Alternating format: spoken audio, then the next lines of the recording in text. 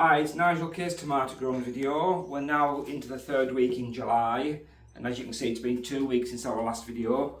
And you can see the tomato plants now are quite really blitzed now. We've probably had about 400 or 500 pounds of tomatoes off these plants. Some of the plants, in all fairness, now are starting to look tired. As I say, they've been in 4.5 months. Most of the nutrients have actually gone into the tomatoes themselves, into swelling the tomatoes and producing the fruits. And as a result, what happens is you see leaves like this start to go discoloured. We're now starting to get some deficiencies now, because the plants are basically becoming old now, and they're becoming old plants. But as a quick update, we'll see what we've done. These are our Shirley. They've been an excellent cropper, just so we can report on the varieties. So you can maybe have a go next year yourselves. As I say, these have been Shirleys. They've been fantastic cropper. They've probably been the best croppers we've had out the experiment in the greenhouse. But I have a couple of other things to show you.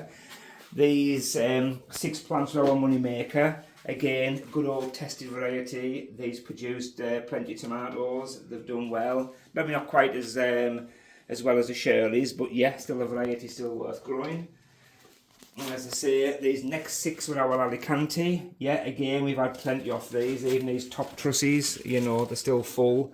These are the last trusses, still full trusses to ripen up. And these were our little tiny cherry sweet tomatoes. These were honeycomb. Again, we've had masses of tomatoes off these. As fast as I'm picking them, you know, they just produce them more and more and more. They've been an excellent variety. If you like cherry tomatoes and you like them exceptionally sweet, again, the honeycomb, absolutely fantastic. These 3 here were a variety called Cavendish. Again, you know, I can't knock them. They were a good variety. They've produced plenty of tomatoes, plenty of fruit on them. A couple of trusses there that's grown out that I've missed.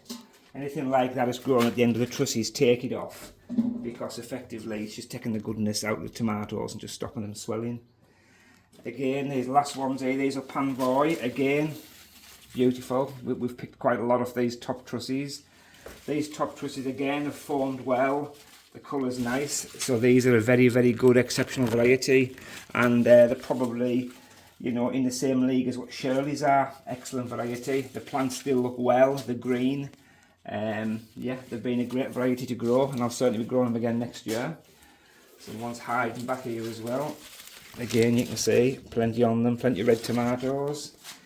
Again, this was our Brandywine, our red Brandywine. Out of all the beef ones that we've grown, this is quite a uniformed one, to be honest with you. You know, they're growing quite nice tomatoes. The bottoms of them are okay as well, because a lot of beef tomatoes, a lot of the biggest problems are you always get deforms in the bottom where they're starting to form, but they also look quite ugly in the bottom. But they're quite nice. Prudence Purple, another one. They're nice as well. Nice sized beef tomatoes. Those have done well. That's just a little example there, if you can see, where sometimes they look quite ugly on the bottoms where they've grew. But yeah, they've been okay.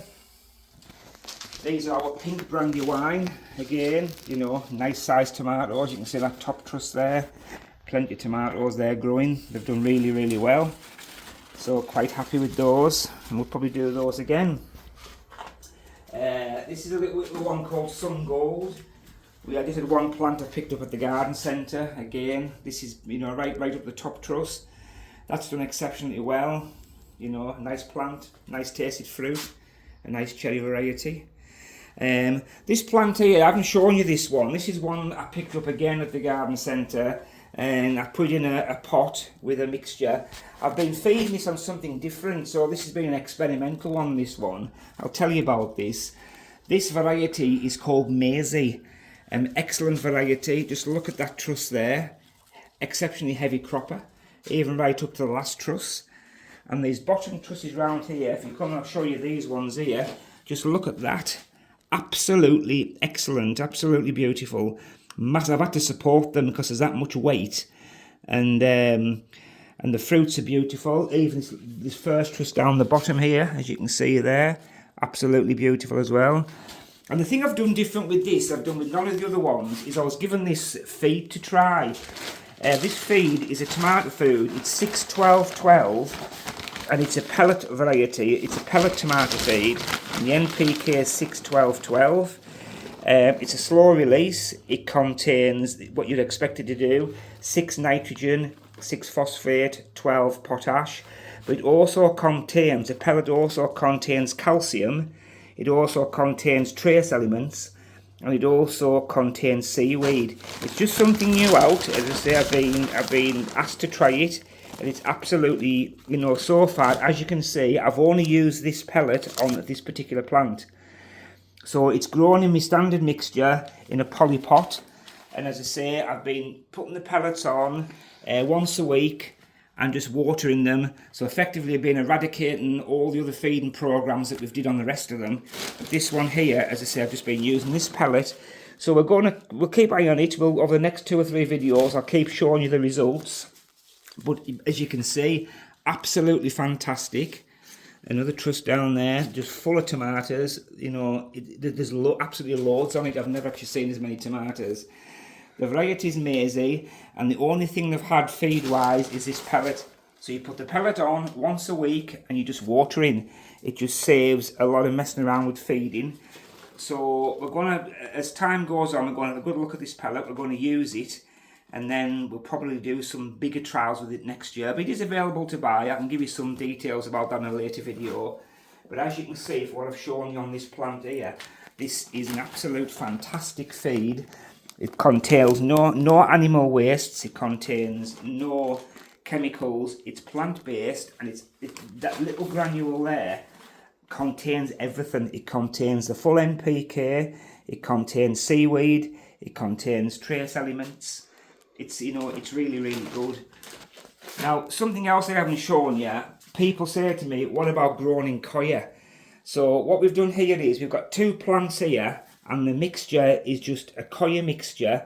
It contains an organic fertiliser. It's just a coir mixture, and we're going to do the experiment on these as well. We're actually going to grow and start feeding. We're going to use these pellets as well on these ones, and we're going to feed them once a week with these, and we'll just see how these pellets perform in a peat-free coir mixture, which that's what these 2 plants are.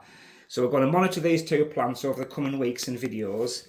And also as well, we'll get an update as well on how this Maisie one is doing as well. Beautiful, and it's just fed purely with this new tomato feed that's out. I'll give you more details on our next video, which will be in 2 weeks' time. So again, please tune in again then, I'll have a further update. Bye bye.